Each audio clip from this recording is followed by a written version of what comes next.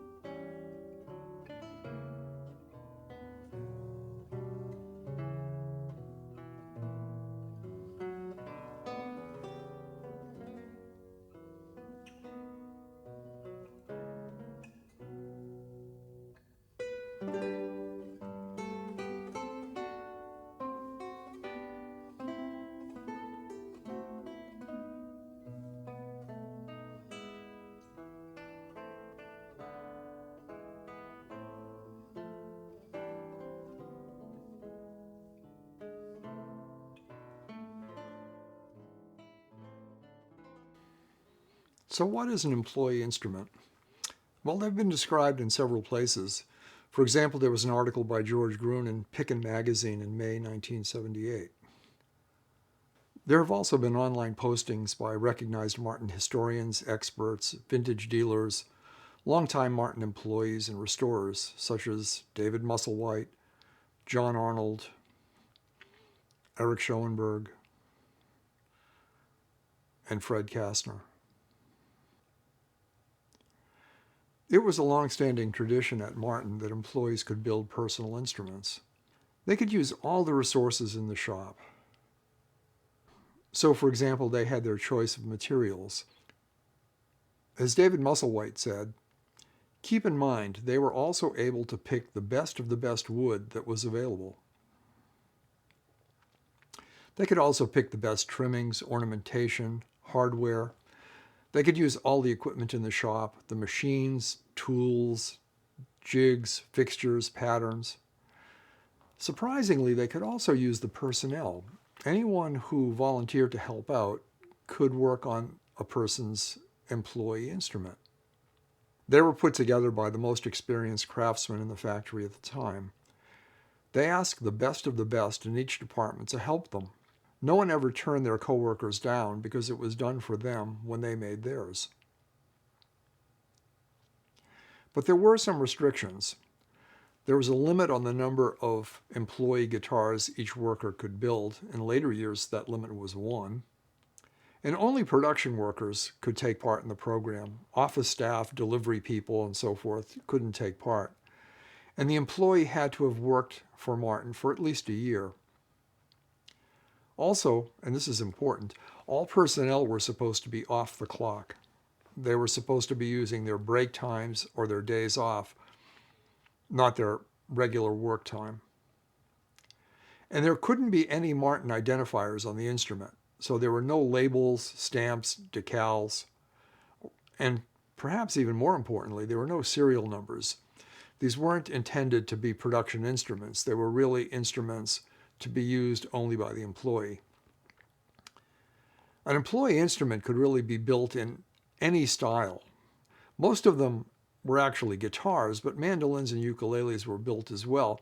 And within each family of instrument, the employee could build it like a past model, a present model. It could be a hybrid with features of multiple models. It could have features that didn't appear on any standard model, making the instrument essentially better and rarer than any of the standard models. As Eric Schoenberg has said, I've always loved the employee guitars because they're uh, little differences. They're not quite the same, and you get some very, very neat little things. The program was eventually discontinued because employees abused it. As Fred Kastner told me, when employees began to utilize production time along with their break time to make their own employee models, company management frowned upon this and brought this to a screeching halt. Hence, the days of employee models are over. And as David Musselwhite has said, there were no more employee model guitars built in the Martin Guitar Factory after 1989. There were many instruments made prior to that, obviously, and many still exist. And pretty much everyone agrees that the employee instruments made at the Martin factory are great instruments. Here's what George Gruen has to say on the subject. Although these guitars are not labeled, have no serial numbers, and are not covered by the Martin warranty, I consider them to be genuine Martins, since they are made in the factory to Martin structural specifications and generally meet Martin's highest standards of quality. He went on to say that although they may be made with non-standard woods and ornamentation patterns, they are still quite clearly identifiable structurally as Martins. Since the employees did make them for their own use, the quality of the construction is usually very good, and the ornamentation is often better than average. In other words, employee models can be as good or better than production instruments. To summarize, we can compare some of the features of a standard run instrument to an employee instrument. A standard run instrument typically will not use the best woods. I mean, not every instrument can have the best woods. On the other hand, an employee model, an employee can select from the wood supply and choose the very best. Also, few standard models will be built by the most skilled craftsmen, but the best craftsmen available were used to build the employee models. Few standard models will be driven by a goal of personal best. On the other hand, for an employee model, there is a high motivation to make the best instrument possible. So employee instruments often were exceptional. Now, it's impossible to talk about employee instruments without addressing the elephant in the room, and that's the forgery or counterfeit problem. Official Martin guitars built between the wars are hugely valuable, and unscrupulous builders have an incentive to counterfeit pre-war Martins. They might do this by getting a kit guitar and putting it together and eventually passing it off as a pre-war Martin, or in fact, out-of-country factories sometimes built guitars with the specific intention of having them be forgeries. In either of these cases, it's easy enough to make an instrument look old, but serial numbers pose a problem. Pre-war factory Martins had serial numbers. Now, it's easy enough to stamp a number on a forgery, but the number has to fall within the proper range. If you're going to present a forged guitar as an authentic 1928 guitar, let's say, it has to have a serial number within the range used in 1928. But there's a risk, because it's possible if you just choose a number at random in that range that the actual guitar with that number is still around, or that there are records of its having been destroyed. Potential buyers for what is being represented as an authentic pre-war Martin guitar are spending a lot of money, and they're likely to do a fair amount of research. And both Martin and vintage dealers who sell old Martins keep good records of the serial numbers. But there's a way around this for the forgers. They could say that this guitar they're presenting as a genuine old guitar was in fact an employee model. The employee models are also highly prized and very valuable. And it gets around the problem of having a serial number, since employee guitars didn't have them. And this has indeed happened. So any instrument claiming to be an employee model needs a thorough checking. Now, the forgery problem applies primarily to guitars. Pre-war Martin guitars are far more valuable than the mandolins. The pre-war Martin mandolin design wasn't extensively copied the way the guitars are. I mean, there are scads of builders making what are essentially copies of Martin guitars, and very few making, if any, making copies of Martin mandolins. Also, the most valuable pre-war mandolins are Gibsons, not Martins. A Lore-signed F5 is worth as much or more as many pre-war Martin guitars. So there really isn't much incentive to forge a Martin employee mandolin. Still, establishing authenticity is important. Okay, so that's the story of employee mandolins. Why is this one called the Werkheiser employee mandolin? Well, there's a signature under the top that says Willis I. Werkheiser. It's visible by placing a mirror inside, photographing the image in the mirror, and reversing that image in Photoshop. Who was this guy, Willis Werkheiser? Well, there are records that describe someone named Willis I. Werkheiser.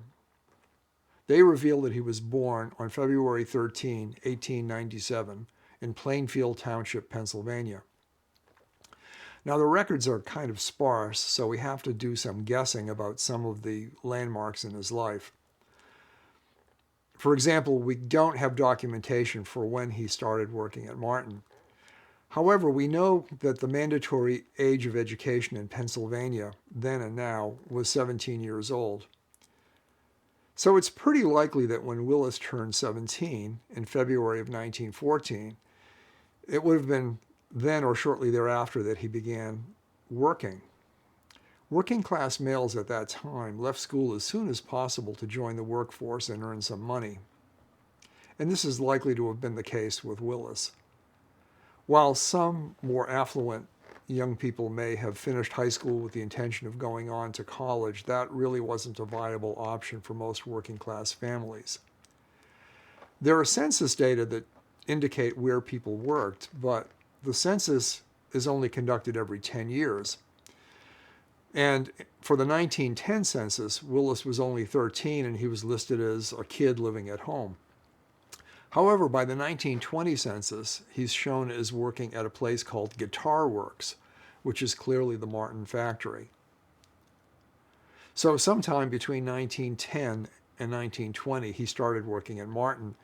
And as I said, we can make a pretty safe guess that it was probably around the time he left school, which would have been, I'm guessing, around 1914 when he turned 17 years old. The 1920 census also shows that his father, Elmer Werkheiser, also worked at the Guitar Works.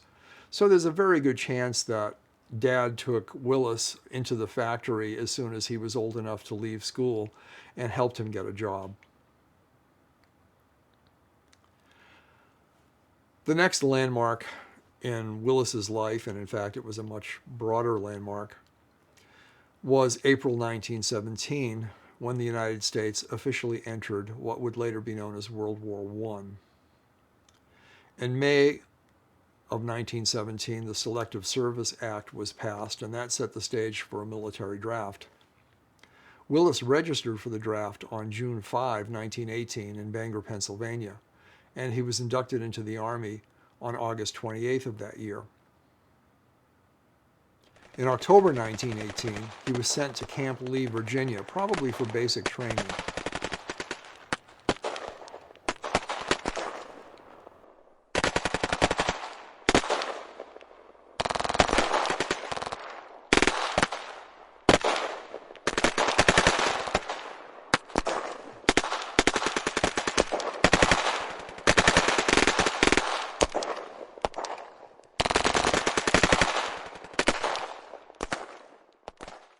Then, on October 28th, he ships out to France with an infantry unit.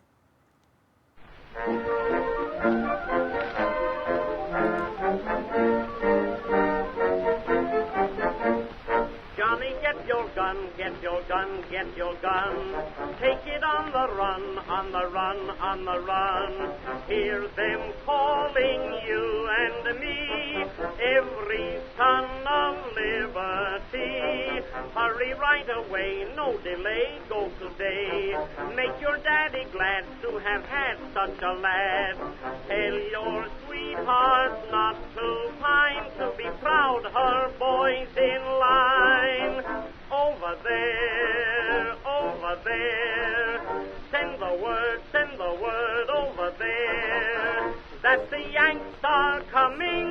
Yanks are coming, the drums rum-tumming everywhere.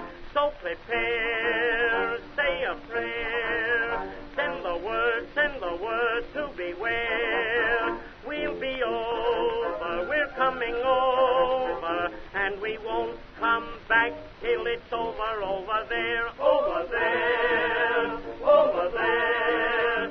Send the word over there, that the Yanks are coming, the Yanks are coming, the drums rum-tumming everywhere. So prepare, say a prayer, send the word to beware. We'll be over, we're coming over, and we won't come back till it's over, over there. But the war was close to ending.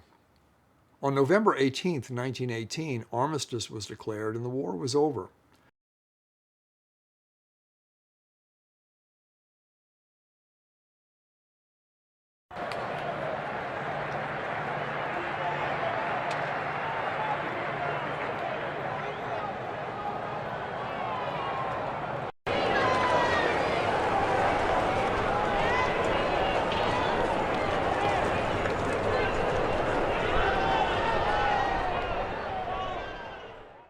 Willis got reassigned to the 5th Wisconsin Band. It's a pretty nice gig for someone in the military. He stays there through the new year, and then on June 3rd, 1919, he's reassigned to Company B of the 164th Infantry. In February, he returns to the United States, and the following month, on March 8th, 1919, he's honorably discharged. We don't know exactly when he returned to work at Martin. He probably took a week or two off and then probably got back to work. So we can estimate that maybe around March 24th or so of 1919, he returned to Martin. So to review the events in Willis's life from the time he left Martin until his returning, he was presumably working at Martin in August of 1918. He was inducted in late August. He remained stateside training through September and most of October. He ships out for France in late October. The war ends in November, and Willis is reassigned to an Army band.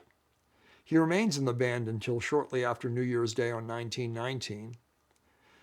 He then remains in France as an infantry soldier through January and most of February, and returns to the United States at the end of February. He's discharged in early March. He returns to Martin later that month, and before Christmas that year, signs the top and finishes This Mandolin. At some point in 1919, he marries Clara Rebecca Enders, and they have 4 children between 1921 and 1939. He remains working at Martin until the 1940s. Of course, in December 1941, Japan attacks Pearl Harbor and the U.S. enters World War II. December 7th, 1941, a date which will live in infamy. The United States of America was suddenly and deliberately attacked. Everywhere you look, bombs were coming down. All around you, you could hear the explosions on different ships. Now, Willis is 44 by this time, and although he did register for the draft, he was unlikely actually to be called up at that age. But he may have wanted to contribute to the war effort. And in fact, he goes to work as a shipper for a company called Cutler Hammer that was making war goods. And apparently he stayed there until his retirement, although we don't know when that was. There's no record of it.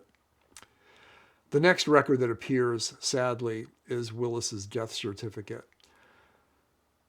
On February 26, 1968, he dies of a pulmonary embolism at St. Luke's Hospital in Lehigh County, Pennsylvania, and he's then buried in Plainfield Cemetery in Penn Argyl, Pennsylvania. Can we be sure that the mandolin in question was built by the same Willis whose facts we've just recited? Is this the one and only Willis? Might have there been another Willis? Well, we can compare the signature inside the instrument to those on official records like Willis's draft card and his application for war benefits. And in fact, the signatures are identical. So it's quite clear that yes, the person whose history we've described is the person who built this mandolin. We can also further corroborate this fact through information gathered from Fred Kastner, the previous owner of this instrument. He was a longtime Martin employee. He described the mandolin as an employee instrument, had firsthand knowledge of the employee instrument program, and knew the Werkheiser family. There are generations of Werkheisers who've worked at Martin. In fact, I think there's a Werkheiser Street in Nazareth, Pennsylvania. And when Martin completed its 500,000th guitar in 1990, they had everyone who worked on it sign the top, and several of those signatures are Werkheisers. Also, the family related some information to Fred Kastner, who in turn related the information to me. And for example, they said that Willis worked at Martin until World War II and then moved on to Cutler Hammer.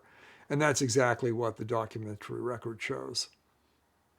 So documents and living sources confirm the provenance of this as an employee instrument made by Willis Werkheiser. Okay, so we know what an employee instrument is. We know that this is an employee instrument built and signed by Willis Werkheiser. We know some of Willis's life. Now let's consider Martin mandolins more broadly so we can view this employee model in context. Martin made mandolins of three general types at various times. The first type were the bowlbacks, and Martin made those between 1895 and 1923. In that 28 years, they made 5,680 bowlbacks. The next type were the flatbacks, and Martin made those from 1914 until 1994. And over those 80 years, they made 17,440. The last type were the carved top mandolins, which Martin made from 1929 to 1964.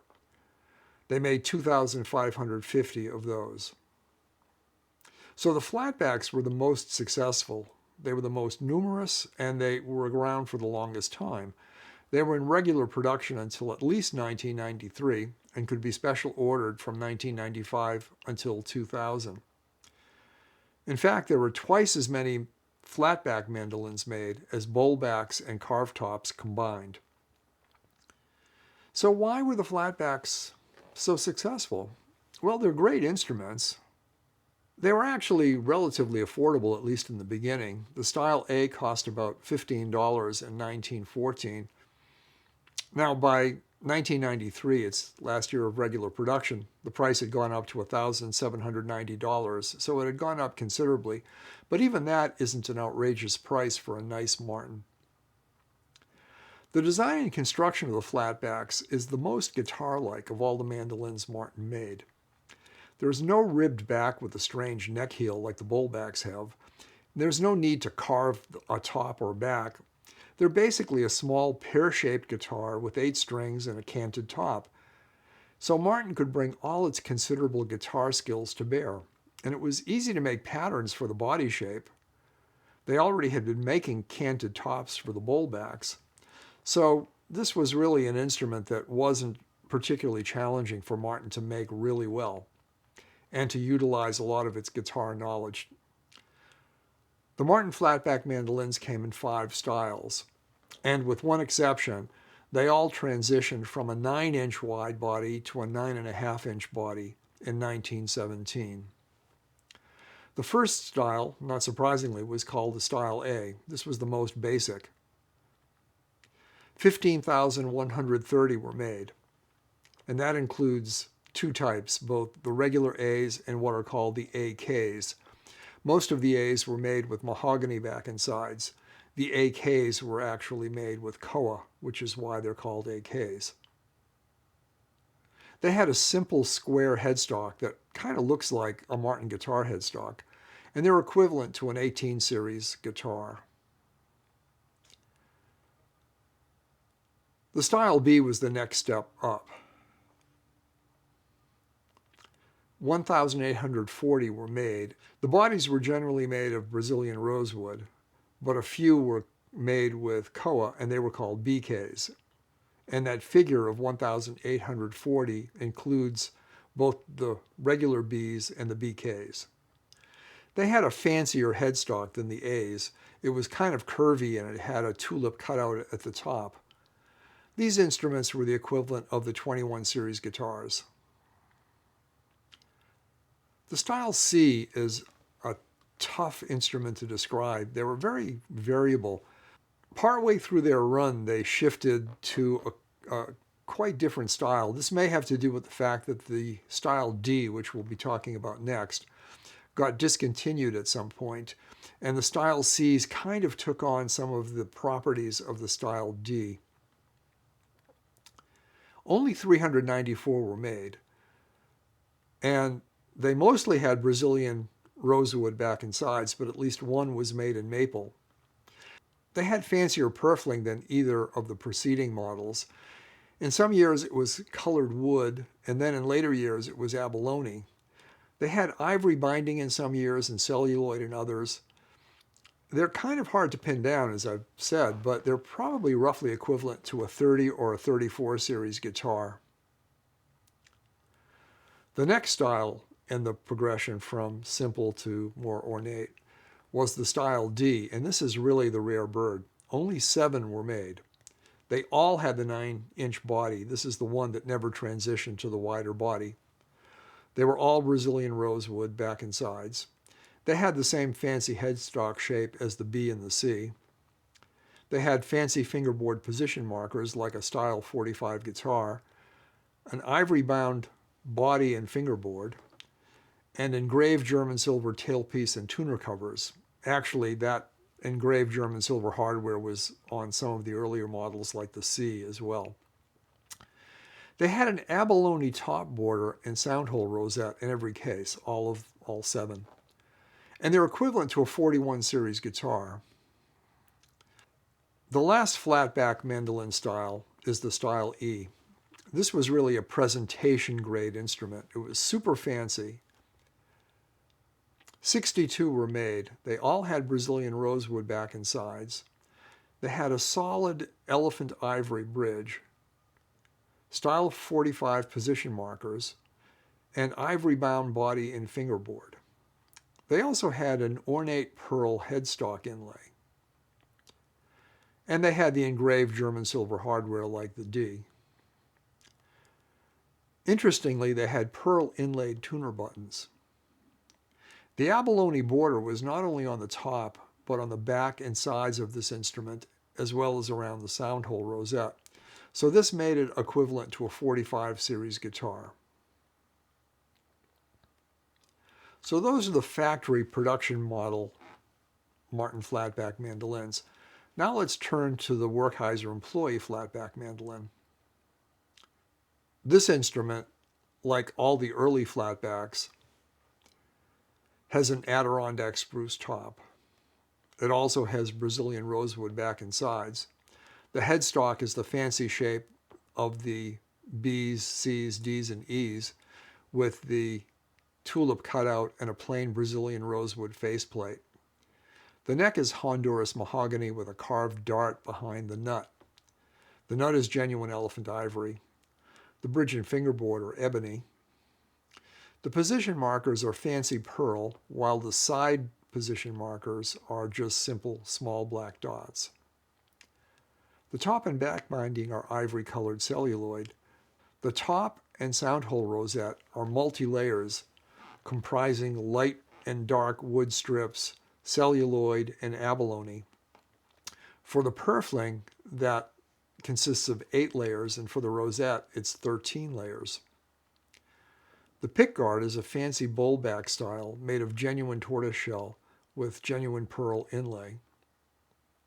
And the hardware is that engraved German silver tailpiece cover and tuners that the other instruments had. The back purfling is just a pencil-thin line of light and dark wood against the celluloid binding, and the back center strip is multicolored wood in an ornate pattern. The neck heel cap is ivory-colored celluloid. This combination of features isn't found on any production Martin mandolin. It's closest to the Style D, though. The Style D is hard to define because so few were ever made, and I'm not sure that all of the ones made are still in existence. I think I've seen 2 photographs and 1 catalog engraving of a Style D, and there are also some descriptions of the Style D. And all those representations have certain inconsistencies, but there seem to be certain things that they all have. And so we can consider these the kind of definitive features that make a Style D a Style D. All had 9-inch bodies. All had fancy position markers on the fingerboard. All had abalone around the top and the sound hole. All lacked the fancy pearl inlay on the headstock that is found on the Style E, and all lacked the ivory bridge of the Style E. No other Martin flatback production mandolin model meets all of these criteria, but the Werkheiser mandolin does. In essence, it's closest to a Style D, and we could even think of it as the 8th Style D ever made, but with enhancements. We don't know why Willis chose this particular style for his mandolin, but we can speculate. He was around when the Style Ds were being made, so he may have been especially fond of their slender bodies and their abalone decoration, and he may have chosen that as the model for his personal instrument. But he did include a couple of enhancements. One is the double row of abalone around the sound hole, and another is the fancy pickguard that came from the bowlbacks. There are other characteristics of the employee mandolin that are worth noting. One is that it's very light, even with Brazilian rosewood, which is a heavy wood, and abalone, which adds additional weight. It only weighs 21 ounces. For comparison, a Teens Gibson without the pickguard and without the hardware that holds the pickguard, and with birch back and sides, and birch is a pretty light wood, that instrument weighs 2 pounds, which is 50% more than the Werkheiser. The Werkheiser is also all original, and it's in astounding condition for a 103-year-old instrument. It sounds very good for a mandolin of this type. It's rare on several accounts. We can kind of peel the onion of its rarity and go through the various layers. First, it's an employee instrument, which makes it relatively rare. It's an employee mandolin, which makes it even rarer than employee instruments in general. Of the employee mandolins that were made, few have survived, which makes this still rarer. And fewer still are fully and easily playable. This plays like a new instrument. And fewer still of the playable instruments that have survived are unmodified. Almost always when you find an instrument that's 100 years old and is in good playing condition, it has been restored to good playing condition rather than having been maintained in good playing condition. But this is unmodified. And fewer still of the surviving and playable and unmodified instruments, if there are any others, are in like new condition. So this really is a very special instrument, and it's the only one with these specific appointments. So it's truly unique. I'd like you to hear this instrument, but this comes with a warning. I was never a very good mandolin player, and as I've gotten older and my fingers have gotten stiffer and less nimble, I've become even less good. But I do want you to hear this instrument. So if you'll bear with me, and if you can tolerate a few dead notes and a few clunkers and some timing issues, I'll struggle through and play something just so that you can hear this instrument.